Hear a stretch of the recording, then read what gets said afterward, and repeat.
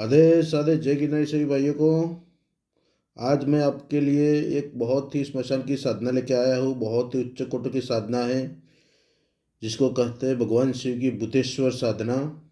इसकी साधना सिद्ध होने से पूरा स्मशान साधक के अधीन चलता है। स्मशान में निवास करने वाली सारी चीज़ें साधक के अधीन रहती है। साधक जब भी कहीं भी उसका आह्वान करता है, वो चीज़ आके उसका कार्य करती है। ठीक है। इसको पूरा पूरा विधान है इसका, वो 90 दिन का है। लेकिन मैं आपको एक आसान विधान बताऊंगा इसका, कि 90 दिन के विधान से क्या होता है कि पूर्ण उससे पूरा स्मशान जागृत हो जाता है। पूरी स्मशान की सारी चीज़ें वो साधक के वचन में चलती हैं। तो ये कोई एक गृहस्थ साधक का कार्य नहीं है। ये जो सन्यासियों का विधान है वो मैं यहाँ नहीं बताऊंगा। जो अघोरपन से दीक्षित होते हैं वही ये कर सकते हैं। बाकी मैं जो गृहस्थ लोग जो करें आसानी से वही चीज़ बताऊंगा। ठीक है। तो इसका जो जाप होता है वो अमावस्या के दिन होता है। अमावस्या की रात को 11 बजे स्मशान में जाके जब मैं मंत्र बताऊंगा उसका 3 माला जाप करना पड़ता है। मंत्र ऐसे तो अपने आप में स्वयं सिद्ध मंत्र है, लेकिन उसकी ऊर्जा को आप अपने अंदर अवशोषित कर लेंगे तो इससे क्या होगा कि कोई भी ऐसी चीज़ें स्मशान में निवास करने वाली कोई भी चीज़ आपके सामने कभी नहीं आएगी। आप कहीं भी गए हो, किसी के शरीर में अगर वो निवास किए, किसी के घर में कोई स्मशानी चीज़ ने तंत्र किया हुआ है, अगर ये मंत्र की सिद्धि आपके पास है तो चीज़ तुरंत उसके घर से निकल जाएगी, आपको देख के भाग जाएगी या आपके अधीन हो जाएगी। आपको तुरंत बोलेगी कि भाई मैं आपके लिए क्या करूँ। तुरंत आपके वश हो जाएगी। कैसी भी चीज़ हो, स्मशान में निवास करने वाली कोई भी चीज़ हो, कोई भी नकारात्मक एनर्जी हो, कोई भी हो, इसके आगे वो नहीं टिक पाती है। इसकी साधना का यही फल है कि सिद्धि आप करोगे तो इसकी सिद्धि से क्या होगा कि बाहर की कोई भी आप साधना करोगे उसमें आपको पूर्ण सफलता मिलेगी, क्योंकि सारी चीज़ें आपके अधीन चलती है। कोई आपको हानि पहुंचाने की कोशिश नहीं करेगा। लेकिन इसको एक बार सिद्ध करना पड़ता है इस मंत्र को। ठीक है। इसका जो ओरिजिनल जो विधान है वो, जैसे अघोर पंथ में जो उसका ओरिजिनल विधान है पूरे 90 दिन का है। स्मशान में पूरी रह के ही इसकी साधना की जाती है। ओरिजिनल जो पूरा स्मशान जिसको जागरूक करके सारी चीज़ों को प्रत्यक्ष बुला के उससे वचन लिया जाता है, इसका विधान पूरा अलग है। लेकिन वो गृहस्थ लोग नहीं कर सकते। आपके लिए मैं आसान विधान बताता हूँ अमावस्या के दिन करने का। ठीक है। अमावस्या के दिन रात को 11 बजे के बाद जाके इसका जाप किया जाता है। ठीक है। तो उसमें विधान आप समझ लीजिए किस तरह से किया जाता है। तो अमावस्या के अगले दिन स्मशान में जाके न्योता देकर आइए कि हे भगवान शिव, हे भूतेश्वर, हे भूतनाथ जी, हे अलखनाथ जी, मैं आपके सानिध्य में आपके धुने पे आके मैं आपकी भूतेश्वर साधना करना चाहता हूँ। कृपया मुझे आज्ञा प्रदान करिए और आशीर्वाद प्रदान करिए कि मेरी साधना निर्विघ्न रूप से पूर्ण हो। इस तरह से वहाँ न्योता देना है। न्योता जब देने जाए तो 500 ग्राम नमकीन लेके जाए और शराब का एक पोवा लेके जाए। ठीक है। 5 अगरबत्ती जलानी है, एक दीपक लगाना है और शराब का पोहा और नमकीन वहाँ रखनी है। और ये न्योता दे के फिर घर पे आ जाना है अमावस्या के अगले दिन, मतलब शिवरात्रि के अपने अंधेरी चतुर्थी के दिन जाके ये न्योता इस तरह से देना है। दूसरा, अपना एक संकल्प लेना है जाके भगवान शिव के मंदिर में इस तरह से पूरे संकल्प लेना कि हे प्रभु, हे लखनाथ जी, हे गुरु महाराज, मैं आपका भूतेश्वर जो आपका अघोर रूप है श्मशान में निवास करने वाला, उनका एक मंत्र का जाप करने जा रहा हूँ। मैं इसका कभी जीवन में इसका दुरुपयोग नहीं करूँगा। मेरी आर्थिक, भौतिक, आध्यात्मिक उन्नति के लिए इसका प्रयोग करूँगा। इसमें मुझे पूर्ण सफलता प्रदान करिए और इस मंत्र को करने की आज्ञा प्रदान करिए। ठीक है। इस तरह से वहाँ शिव मंदिर में जाके इसका संकल्प लेना है और फिर रात को मशान में जाना है अमावस्या के दिन रात को साढ़े अपने क्या बोलते 11 बजे के बाद इसका जाप शुरू होगा। लेकिन स्मशान में अब जल्दी पहुंच जाए 10:30 बजे के बाद। तब तक क्या करना है कि 4 दीपक स्मशान के चारों कोनों में जलाने हैं। ठीक है। दीपक रहेंगे चमेली और सरसों का तेल मिक्स करके जलाने हैं। चौमुखे दीपक जलाने, हर दीपक के पास एक अंडा रखना है, एक सिगरेट जला के रखनी है। ठीक है। चारों कोनों में वो लगा दीजिए और उस मशान के बीच में जहाँ भस्म होती है वो भस्म को अपने सर पे त्रिपुण लगाइए। और पूर्ण एक चीज़ याद रखिए, हाँ एक चीज़ बताना भूल गया कि ये जाप पूर्ण रूप से नग्न अवस्था में किया जाए। जैसे मशान का जैसे द्वार आएगा तब पूर्ण रूप से नग्न हो जाइए। कोई चीज़ लेके जाइए, थैली बेली, उसमें पूरे कपड़े निकाल के रख के फिर नग्न अवस्था में स्मशान में प्रवेश करे। स्मशान में प्रवेश करे तब ओम नमो आदेश आदेश, गुरु आदिनाथ जी को आदेश आदेश, भूतनाथ जी को आदेश आदेश, गुरु जालंधरनाथ जी को आदेश आदेश, इस तरह से नवनाथों को सबको आदेश बोलते बोलते अंदर प्रवेश करें। स्मशान के रक्षक काल भैरवनाथ जी को आदेश आदेश, इस तरह से आदेश बोलते बोलते प्रवेश करिए स्मशान में। और वहाँ पे ये जो पूरी जो मैंने बताया इस तरह से 4 कोनों में 4 दीपक जलाने हैं, एक एक अंडा रखना है, एक एक सिगरेट जला के रखनी है, ठीक है। और जहाँ भस्म है वहाँ पे जाके वहाँ एक दीपक लगाना है, वहाँ भी अंडा रखना है, वहाँ भी सिगरेट रखनी है, और भस्म का तिलक अपने त्रिपुण तिलक लगाना है सिर के ऊपर, गले में और नाभि के द्वार पे और दोनों हाथ पे, ठीक है, कंधों पे त्रिपुण तिलक लगाना है। और वहीं पे ही कंबल, काले कंबल लेके जाइए, उसका आसन लगा के दक्षिण दिशा के मुख करके बैठना है, ठीक है। और मंत्र के जाप करने हैं, 3 माला जाप रहेगा। डरना बिल्कुल भी नहीं है, स्वच्छ वगैरह लगा के बैठना है। हाहाकार मच जाएगा, पुरुष स्मशान में आवाज़ सुनाई देगी। अगर वो ऊपर जो छतरी वाला या पतरे वाला अगर स्मशान होगा तो उसके ऊपर ऐसा लगेगा कोई कूद रहा है, आसपास हवाई चलेगी, कुछ भी हो जाए डरना बिल्कुल नहीं है। एकाग्रता से जाप करना है, क्योंकि स्मशान जब एक्टिव होता है तो पंच महाभूतों में विक्षेप पड़ता है। तो ये सब चीज़ें, हवाई चलना, आसपास घोर अट्ठास, घोर अंधकार छा जाना, ये सब चीज़ें तो रहेगी, इसलिए डरना बिल्कुल भी नहीं है, ठीक है। जाप करना है पूर्ण रूप से एकाग्र से, रुद्राक्ष की माला से जाप करना है।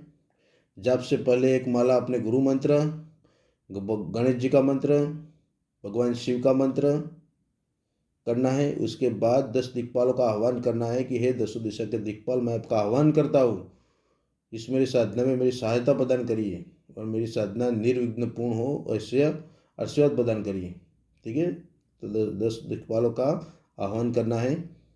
उसके बाद भूतनाथ का आह्वान करना है कि हे भूतनाथ जी, आपके धुने पे, आपके सानिध्य में साधना कर रहा हूँ, आप कृपया मुझे इसमें सफलता प्रदान करिए और सहायता प्रदान करिए, प्रत्यक्ष अप्रत्यक्ष रूप से आप हाजिर रहिए, ठीक है। इस तरह से उनको विनम्रता से ऐसा आह्वान करके फिर मंत्र का जाप शुरू करना है, और पूर्ण रूप से वीर भाव से करना है, डरना बिल्कुल भी नहीं। और साथ में क्या ले जाना है वो मैं भूल गया, बताना भी भूल जाता हूँ। 500 ग्राम नमकीन अलग से लेना है, 500 ग्राम अपने उबले हुए 5 प्रकार के धान्य, 500 ग्राम मिठाई रहेगी, दारू का एक पोहा रहेगा और गांजे की चिलम रहेगी, ठीक है। ये सब चीज़ जरूर लेके साथ में रखिए। मंत्र जब खत्म होने के बाद वहाँ पे थोड़ी आग जला के, मशान के जो भी कोयले होते हैं, वो जो लकड़ियाँ होती है जो आधी जली हुई, सब इकट्ठा करके साइड में सब पहले रखना ही है, इसलिए तो मैं बोल रहा हूँ कि जल्दी पहुँचना है करके उसको फिर जला के ये सब चीज़ों को वहाँ पे भोग दे देना है, ठीक है। कोई चीज़ आए, कोई भी बात करे, किसी से बात करनी नहीं, बस बोलना कि ये मंत्र के रूप में या पूर्ण रूप से मुझे सिद्धि प्रदान करिए, सिद्धि के रूप में मेरे साथ रहिए।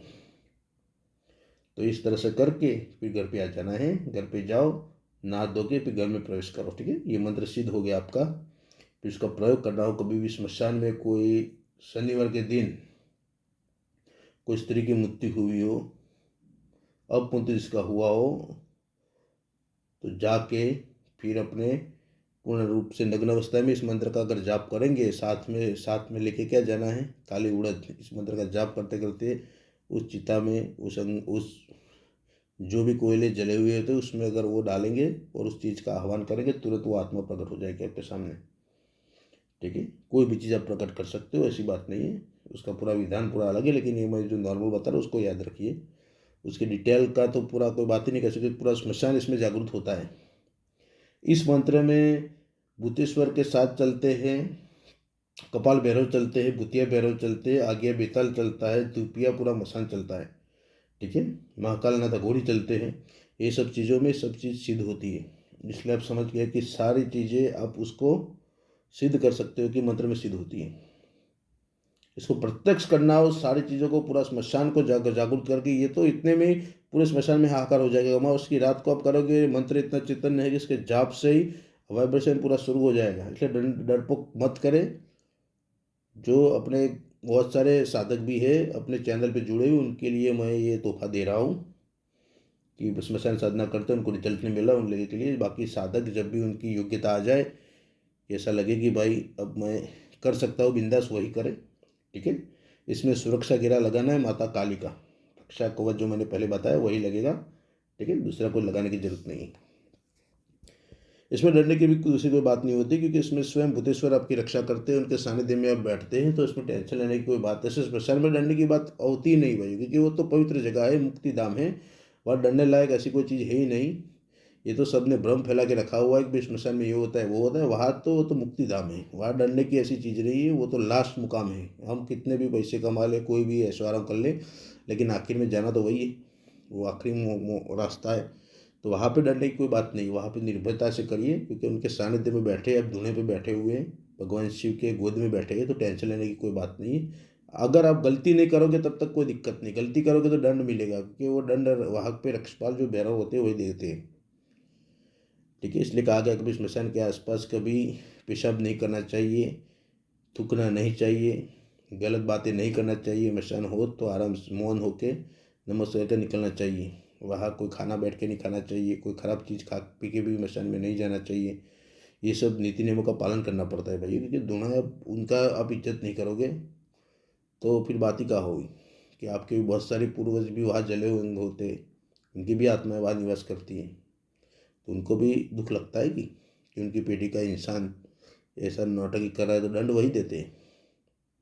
ठीक है, तो मंत्र सुन लीजिए ध्यान से। ओम नमो भूत भूतेश्वर महाकुंडलेश्वर आदेश्वर, जहाँ जहाँ स्मशान का घाट, वहाँ देखो तेरा तमाशा। सुन लीजिए मंत्र, मंत्र बहुत पावरफुल है, फिर सुन लीजिए। ओम नमो भूत भूतेश्वर महाकुंडलेश्वर आदेश्वर, जहाँ जहाँ स्मशान का घाट, वहाँ देखो तेरा तमाशा। भूत मुआ मसान चेता चेतक जगवे, साथ में कपाल भैरव बिठावे, भस्म से पुतिया भैरव बुलावे, अंगार से आगे बेताल बुलाए, दुए से दुपिया मसान दुए से दुपिया मसान बुलाए, नहीं बुलाए तो महाकाल नाथ अघोरी की दुहाई फिरे, अलखनाथ के आज्ञा लगे, शब्द सचा पिंड काचा, मेरा वचन जुग जुग साचा। फिर से सुन लीजिए, इसको धारा प्रवाह में किस तरह से बोलना है, मंत्र में बोलता हूँ वो सुन लीजिए। ओम नमो भूत भूतेश्वर महाकुंडेश्वर आदेश्वर, जहाँ जहाँ स्मशान का घाट, वहाँ देखो तेरा तमाशा। भूत मुआ मसान चेता चेतक जगवे, साथ में कपाल भैरव बैठा भस्म से भूतिया भैरव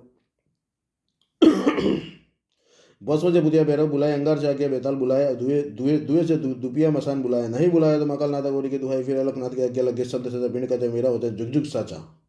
इससे से पूरा मंत्र सुन के आपको पता चलेगा कितना पावरफुल मंत्र है। ये बहुत गुप्त मंत्र है, गिरनार का मंत्र है। गिरनार में एक अघोरी हो गए, बहुत सिद्ध पुरुष थे वो। मैं पहले जब जाता था तो मेरे बहुत अच्छे मित्र बन गए थे और बहुत सिद्ध साधक थे। उन्होंने तो जिंदा समाधि भी ले ली, बहुत लंबी आयुष्य के थे। उन्होंने मुझे ये मंत्र दिया था, खुश होके बोले ये रखो, कोई योग्य साधक लगे तो आप उनको दे देना। फिर इसका मैंने ट्राई भी किया और इसका रिजल्ट भी ज़बरदस्त है, कोई बात ही नहीं कर सकते, इसलिए मैं आपको दे रहा हूँ। मैं जो भी मंत्र बताऊँ जिसका मैंने खुद ट्राई किया होगा वही बताऊँगा। ठीक है, जो खुद मैंने जो अनुभव किया होगा वही चीज़ मैं आपको बताऊँगा, इसलिए उसकी साइड इफ़ेक्ट मेरे को पता होती है, इसलिए मैं बताऊँगा। कैसे उठा के मैं डाल दूँगा तो उसमें मेरे को भी पता नहीं होगा कि उसमें क्या है, कोई गलती हो जाए तो दोष लगता है। ठीक है, इसलिए आराम से करिए, बहुत ही ज़बरदस्त गुप्त मंत्र है। अगर इसको सिद्ध कर लिया तो फिर तो बात ही नहीं कर सकते कि कोई चीज़ ऐसी दुनिया में है ही नहीं तेरे होने की जो आपसे सिद्ध ना हो। ठीक है, चलो आदेश आदेश। जय गिरनारी सभी भाइयों को, सब खुश रहो, मस्त रहो, अपनी मौज मस्ती में रहो। आदेश आदेश।